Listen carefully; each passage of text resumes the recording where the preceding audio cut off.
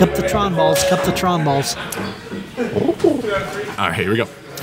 Welcome to the Big Movie Mouth Off. We are here at Broovy Cinema Pub reviewing some films today. Today we are sponsored by PC Laptops. My name is Jimmy Martin from SLUG Magazine. I'm Jeff Weiss from MSN Entertainment. And today we will be reviewing Tron Legacy, the sequel to Disney's 1982 film Tron.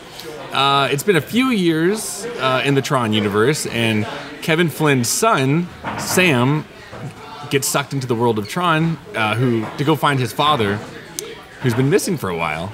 Yeah. Loosely inspired by, ironically, Joseph Conrad's Heart of Darkness. Ooh. We sort of get the older Flynn, played by Jeff Bridges, Yep. as well as the evil alternate universe version of Jeff Bridges, who's been digitally de-aged. Yep. Sam, I was paged last night. Page came from your dad's office at the arcade. That number's been disconnected for 20 years. Hey, Dad.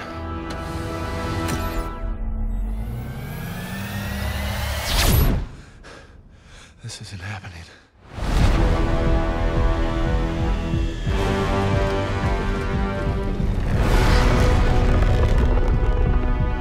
Who are you? Dad. I'm not your father, Sam. And I'm very, very happy to see you. I kind of wish they hadn't digitally de-aged Jeff Bridges. Here's the thing with the young Jeff Bridges, who is his program basically Clue. Clue.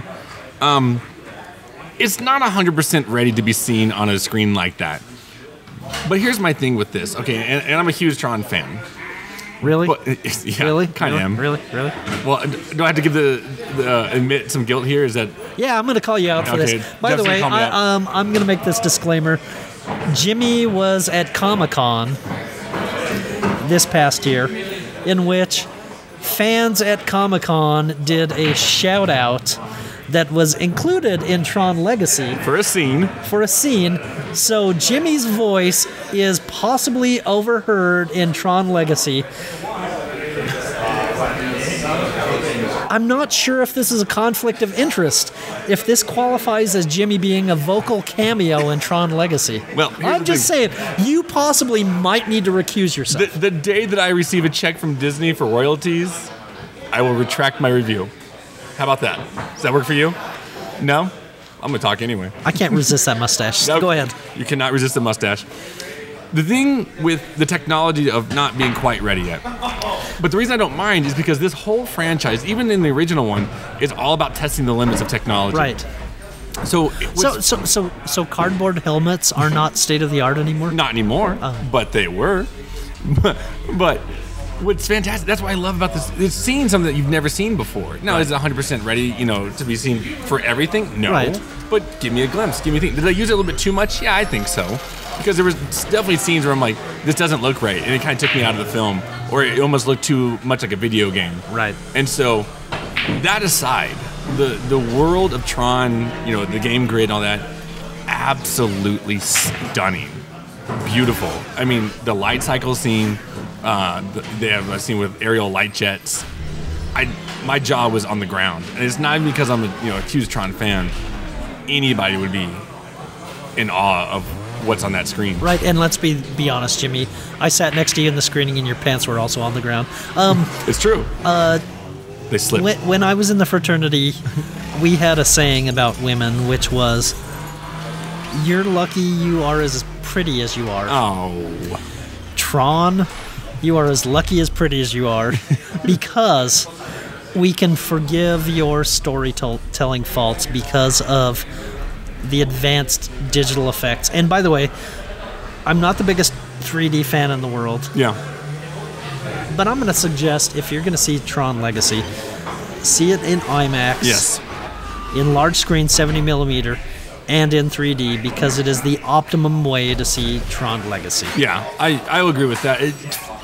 Well, up to the IMAX part. The 3D still didn't do much for me. Right. But, I mean, IMAX is definitely the way to see this thing.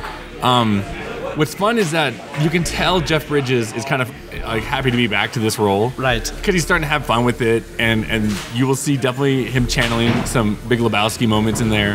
Very hippie-ish. It's kind of like a hippie Tron, you know, or a hippie Kevin Flynn.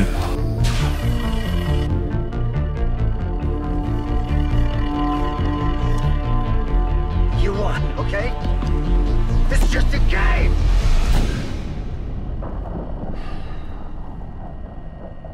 Not anymore.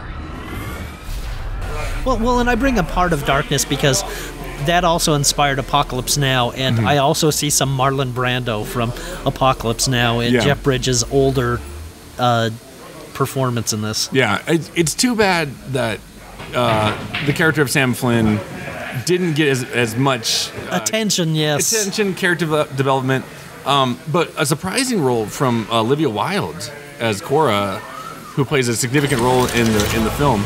I'm Cora!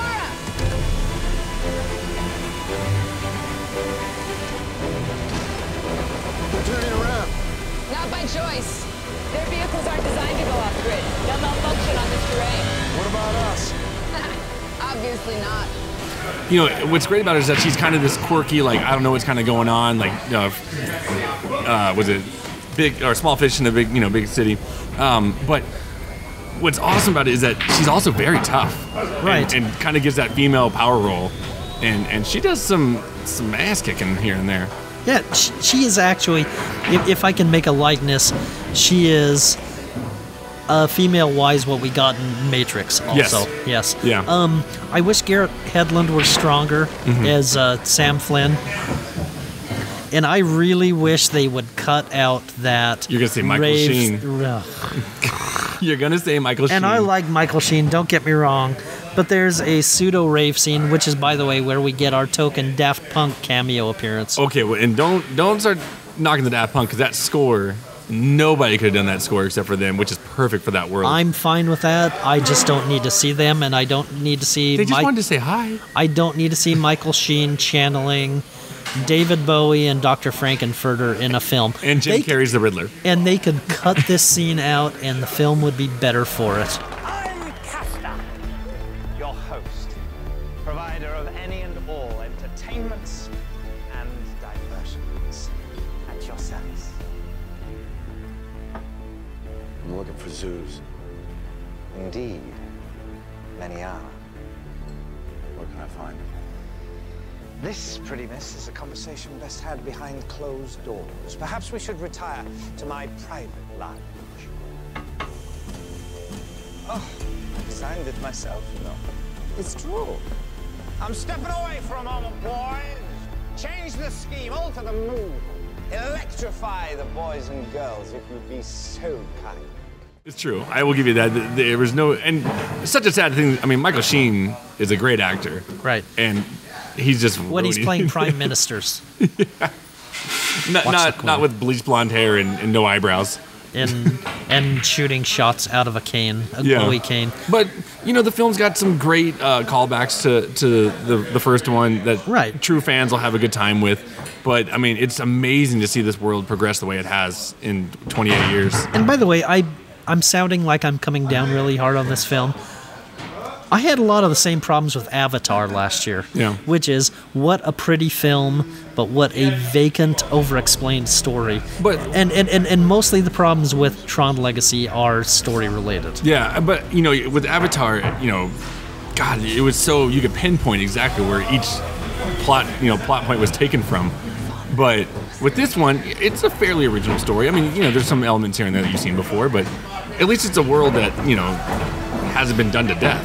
Yeah, and at least I had fun watching it, and at least it wasn't nearly 3 hours long. Yeah, exactly. For that alone and the really dazzling special effects, I give it 2.5 stars. Yeah, you know, obviously I'm going to go above you just because it's a special place in my heart. But plus, these visuals are something you've never seen before, and I'm giving it 3.5. So, ooh, yummy. Conflict of interest. Yeah, don't listen to me. I was paid. No, I wasn't. Biased.